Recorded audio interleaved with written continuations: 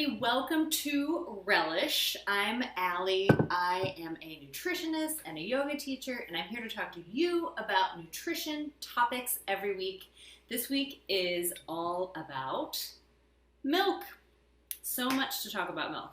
So we're going to talk about the history, we're going to talk about the types, we're going to talk about the way it's processed, health information, is it good for us, is it bad for us, and then we're going to make homemade paneer, which is an Indian cheese. Super excited about that. I love paneer, and I know a lot of other people do too, so I thought, let's make it this week. So, welcome to the show. Please let me know if you have any questions or comments. I love having a discussion during the show. I'll check it out in the chat, and if you want to look at the chat right now, I put the recipe for making paneer. You can find it on relish.com. It's called How to Make Paneer. And it's super easy. All you need is 2 ingredients, milk and some sort of acid like lemon juice. We're going to do this later in the show. Super, super excited. So let's get started talking about milk. So basically, humans have not always consumed milk. During the Paleolithic period, which was many, many years ago, humans only consumed breast milk, and that was it. They did not consume dairy or milk from other mammals. But then, and then humans basically just had animals for meat, and then they eventually started using them for hide and for labor, and then eventually started using them for milk. Humans first started consuming dairy from animals during the Neolithic period, which was after the Paleolithic period, about 9,000 years ago. The first domesticated animal for dairy was sheep. Thought that was interesting. And then there were goats, cattle, donkeys, water buffalo, and horses. And people first domesticated cattle, sheep, and goats in Southwest Asia. And then, this was interesting as well, camels in Central Arabia in 4000 to 3000 BC were used for dairy, and in North Africa and the Arabian Peninsula. And then other animals were also used for milk, such as goats, camels, like we just said, reindeer, and yak. And the domestication of mammals for milk occurred simultaneously around the world in different places. So different groups, different cultures were doing it unknowing that the other groups were doing it as well. It began in 9,000 to 7,000 BC in Mesopotamia, all the way to 3,500 to 3,000 BC in the Americas. So it moved from Southwest Asia to Europe around 7,000 BC. Lots of history today, everybody. And reached Britain and Scandinavia around 4,000 BC. So started moving quick. So is it natural for us to consume dairy and milk? Or for us to drink milk? We'll just go with that. And when we're talking about milk today, I'm mostly just going to be talking about cow milk. So from the evolutionary perspective, humans really don't have to consume dairy. It's not necessary in our diet. We can get all of the things that you can get from milk, we can get it from other methods. But it is pretty delicious. So for most of human history, people were not consuming dairy. Children drank breast milk, and then around the age of 6 or 7, started to not be able to produce lactase anymore, which is the enzyme in our body that breaks down the lactose. So, humans just kind of naturally stopped having breast milk or weren't able to consume dairy. But in the early years of people consuming dairy, it was mostly in a fermented form, typically from like milk being transported in warm environments that made yogurt. People also had cheeses, things like that. So as that occurred, people began to get a genetic mutation which allowed people to continue producing lactase all the way into adulthood. So some groups of people were able to continue eating dairy. Some people were not. People with the mutated gene had a higher likelihood of transferring that to their children as well, so the kids could also consume the dairy. So after some time, a large portion of people in the Middle East and Europe were able to consume dairy. So pretty interesting stuff. We'll talk a little bit more about that later in the show as well, about lactose intolerance and all of that. But that's just kind of the main information. So there's so many different words used around the processing of milk. I just wanted to talk about them because I think it's interesting. Hopefully you do too. Let me know. So the word pasteurization. Pasteurization is when you heat the milk for a short period of time and then cool it, and this heating process kills the bacteria, allows you to drink the milk, it allows the milk to stay fresh and safe longer, up to like 3 weeks in your refrigerator. So basically it's heated to 162 degrees Fahrenheit for about 15 seconds. Then that's called HTST, high temperature short time. And that completely kills the bacteria. Then it's cooled, then it's bottled, it's safe, but it does remove some vitamins, including calcium, phosphorus, thiamine, vitamin B12, and vitamin C. But the calcium, the phosphorus, the vitamin B12, and the thiamine are in such high volume in the milk that it's really not a significant decrease in those nutrients. Vitamin C, milk doesn't really have a lot of vitamin C in it anyway, so no huge loss there. So that's kind of the information on pasteurization. It's important for killing the bacteria. Homogenization, you always see the milks that say homogenized. So basically, milk in its natural form can separate into like the cream and the water, just thicker layer on top. Sometimes we buy goat milk, it does that. And the homogenization process pumps the milk through high pressure, using high pressure through narrow tubes, and it basically makes all the particles smaller and the same size so that they can't separate. So it just makes it more palatable, nicer to look at.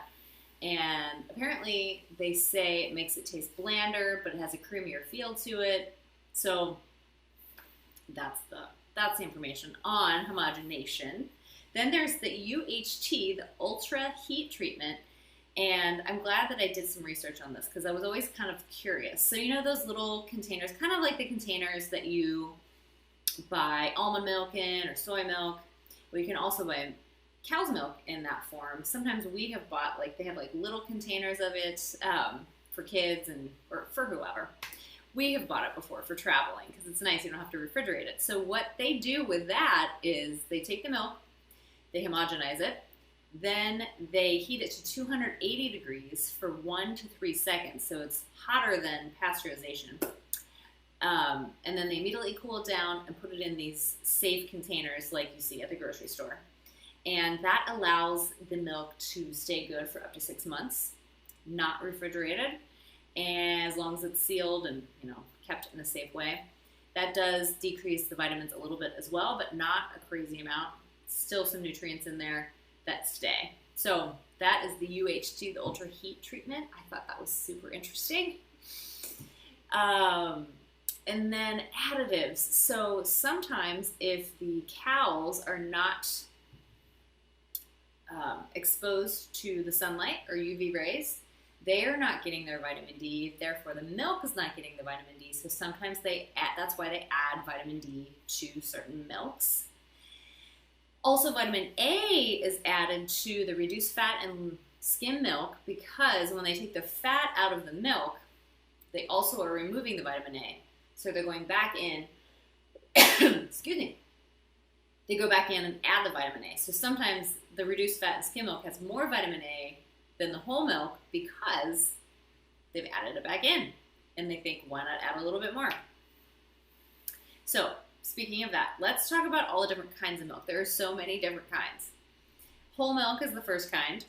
So that means whole milk is 3.25% milk fat. So it means that of the volume of the milk, 3.25% of it is milk fat. And it has about 150 calories and about 8 to 9 grams of protein, about 8 grams of fat. Then there is 2% milk, which is also known as reduced fat milk. And that means that the milk fat is 2% of the total weight of the milk. Still has, it has about 5 grams of fat, so it's reduced from the 8, but still has all the essential nutrients that you get from the whole milk, but just less fat. Then there's 1% milk, which I feel like you don't see that quite as much, but it is out there, and that's also called low-fat milk. So that means the milk fat is 1% of the total weight, and that typically has about 2.5 grams of fat per cup versus the 5 grams that you get in the 2% versus the 8 grams you get in the whole. Still has all the nutrients that you need, just less fat. And then there is, of course, fat-free or skim milk that is 0 grams of fat, usually has about 80 calories per glass or per 8 ounces, and same vitamins and nutrients, just no fat. So that's the fat content version. Then I want to talk about some of the other words that you might see, like organic milk. Like, what does that mean? That means that the USDA, United States Department of Agriculture, has made strict guidelines on how the cows are produced and what they eat, what the environment is like in their farms. So they eat organic food, and that means that the milk is going to be organic. So it has to go through a rigorous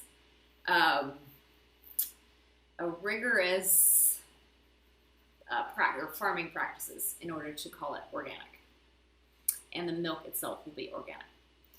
And then there's grass-fed milk, which means that the cows have been able to roam around in the pasture and eat grass. The other kinds of milk, they don't necessarily eat grass. And a lot of times the grass-fed milk has more vitamins and nutrients, especially vitamin K, which is great for calcium metabolism and supporting our bones and our heart health. So typically, if it's grass-fed, it's going to have a little bit more nutrients.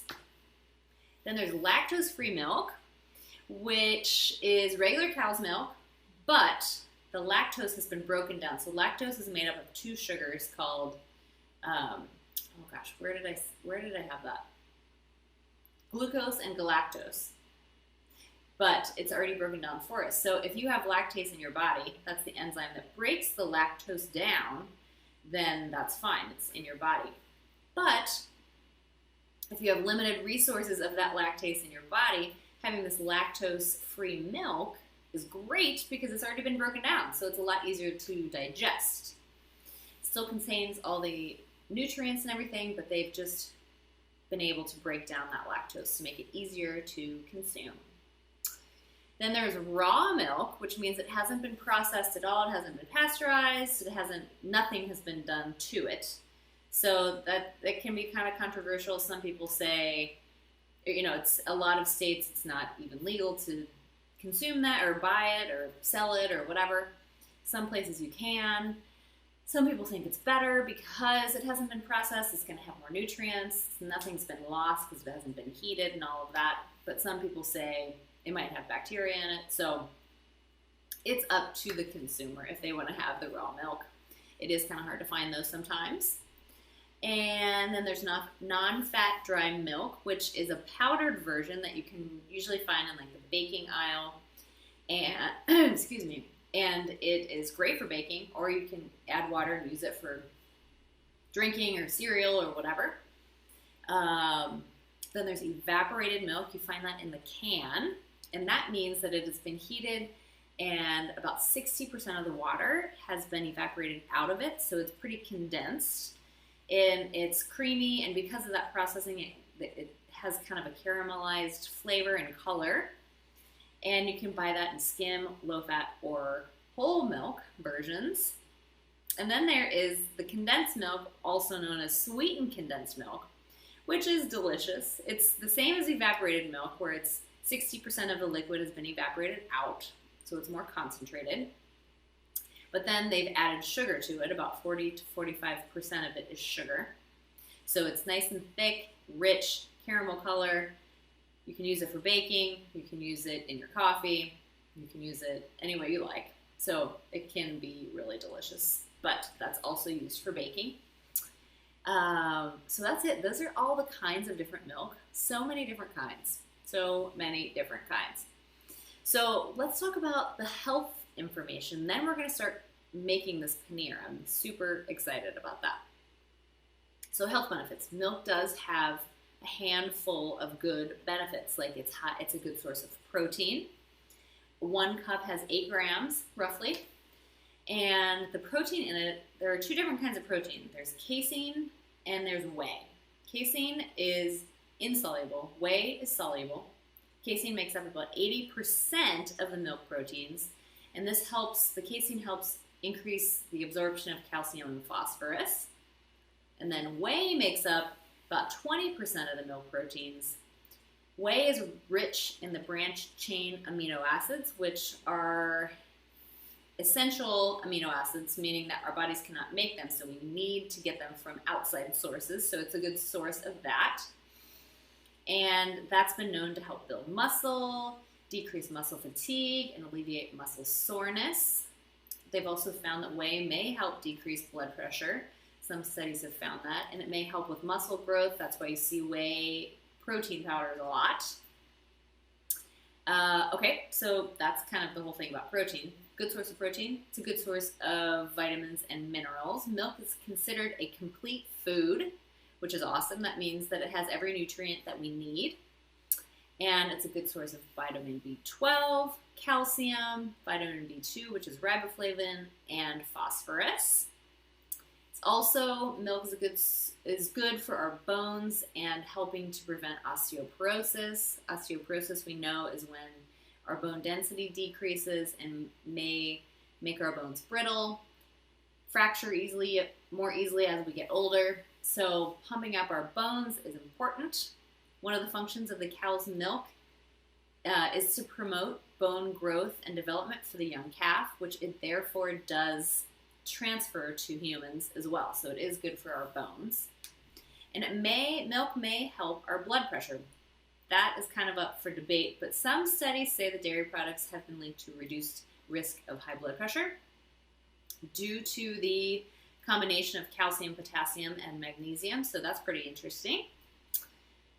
So those are the health benefits. There are some drawbacks as well, such as, like we mentioned before, the lactose intolerance. Lactose is the main sugar in milk, or the main carbohydrate in milk. It's made up of 2 smaller sugars, glucose and galactose. Some people can fully digest the lactose, and some people have a harder time doing that after childhood. They say that about 65 to 75% of the world's population is lactose intolerant. Although it varies, some people can eat cheese, some people can't, some people can have milk, some people can't, so it kind of varies person to person and culture to culture and region of the world. They say the most prominent areas of lactose intolerance is Asia, Africa, and South America. Also, another drawback is some children, or a milk allergy. It's mostly in children that they found. And most of the time they're allergic to the whey protein. So that's something to consider. And some people say that milk consumption may be associated with acne in some people. And then one thing up for debate is the impact on our heart health. So some say it could raise our risk of heart disease. Some say it can't. So some say it can because of the saturated fat. Some say there's no link between saturated fat and heart disease. So it's really up in the air. Some say it could increase our risk of heart disease. And then some other studies say it could reduce our risk of stroke and cardiac events. So it's really up for debate about that. So that's something that we all need to be doing more research on, apparently. So that's that. let's get started on this paneer because we've got 10 minutes and we got to heat this milk. Okay, so we've got, again, you can check out the recipe. It is on relish.com. It's called How to Make Paneer. We've got a liter of milk. This is what the recipe calls for. A liter of milk. I'm going to get this going, heating it up.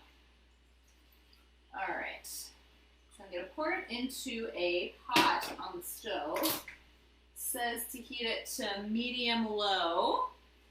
All right. And what does it say? First, rinse a large pot with water. Did that already. Add milk to the pot. Heat it on medium-low. Got that. Stir it occasionally. We don't want a skin to form on the top. I'm going to put the lid on just to quicken the process just a little bit. And while we're waiting for that, I'm going to talk about one more thing. Oh, and then, so what you need to make the cheese is whole milk, good quality whole milk. I've got some organic grass-fed milk, and some acid. So you can either use lemon juice, vinegar, or yogurt. So something that's going to curdle the milk after it heats. I'm using lemon juice because that's something I always have on hand. I guess I always have vinegar too, but I went with the lemon juice. And that's it. And then some sort of cheesecloth. I have a nut milk bag. You can use cheesecloth. It is kind of cheesecloth material. And I put that in a strainer over a bowl. So, that's that. And then we have some water, because we have to pour that over the cheese after it's cooked. Okay. Got so much to discuss today. This is a great topic. All right. So, milk does have impact on our environment and our health. I have some more notes over here to discuss. And dairy farming can be hard on the environment. The dairy farms do consume more water and contribute to more pollution.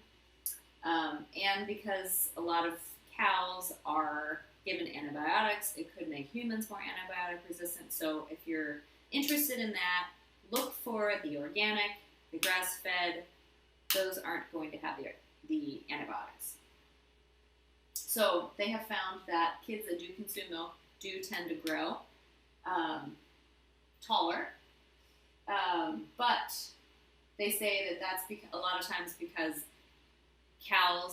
the milk that we get from the cows are pregnant at the time, so they have more hormones in them that are helping them grow. So if that's something that you don't want to consume, get the organic grass-fed, or you can always get calcium from other sources like kale, like broccoli, like tofu, like nuts. If you're going to do that and not consume milk, just be sure you're having a vitamin D supplement to help you absorb your calcium a little bit better. So they have found in studies that organic milk does not have pesticides and antibiotics or fertilizers any evidence of that in the milk. So, something to keep in mind. Let's see. Oh yeah, this is warming up nicely. So, paneer is a part of Indian food.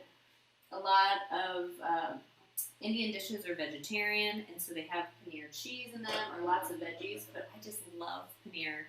And I've made it before, but it's been a long time, and it's so easy to make, and it's so delicious. So we're going to heat this milk. We're going to pour some lemon juice in it to curdle it. Then you pour it in here through the cheesecloth, squeeze it out, let the water drain, and then it says after 30 to 40 minutes. I have done it overnight too. You let it drain in the refrigerator, and then the next day it's a nice big piece of cheese, and you can slice it, saute it. Delicious. We're going to put it in lentils tonight. Okay, so we're going to keep stirring our milk, keep stirring our milk, keep stirring our milk. And then The exciting part is adding the lemon juice to see it curdle. Okay, so I think we're bringing it to boil. So I'm going to heat it up a little. I'm going to turn the heat up a little bit more. Whoops. Okay. Because we want this milk to boil. Let's see. Oh yeah, it's getting warmer. Getting warmer. So we just have to make sure that it's not going to burn the pot. So I'm gonna continue stirring it. Keep the milk heating, boiling. This is good. Okay, so it says in the recipe that you know that it's really started to separate and curdle when there's kind of a green hue to the milk. I think it's kind of the oils coming out too. Okay, let's test. Yep, it's getting warmer. Okay, we've got 4 more minutes left in the show. Hopefully we can do a big chunk of this process. If you would like to see the final result, go to my Instagram or my website. My Instagram is @AllieShircliffe, @AllieShircliffe, AllieShircliff. I always post the week of the show. So the show's on Mondays. I always post during the week what I've done. Let me just put that in here really quick. I always post the outcome. Okay, I'll put IG @AllieShircliffe. There we go. Check it out. Start following me. I post all kinds of great things. The recipes from Relish, they're all good.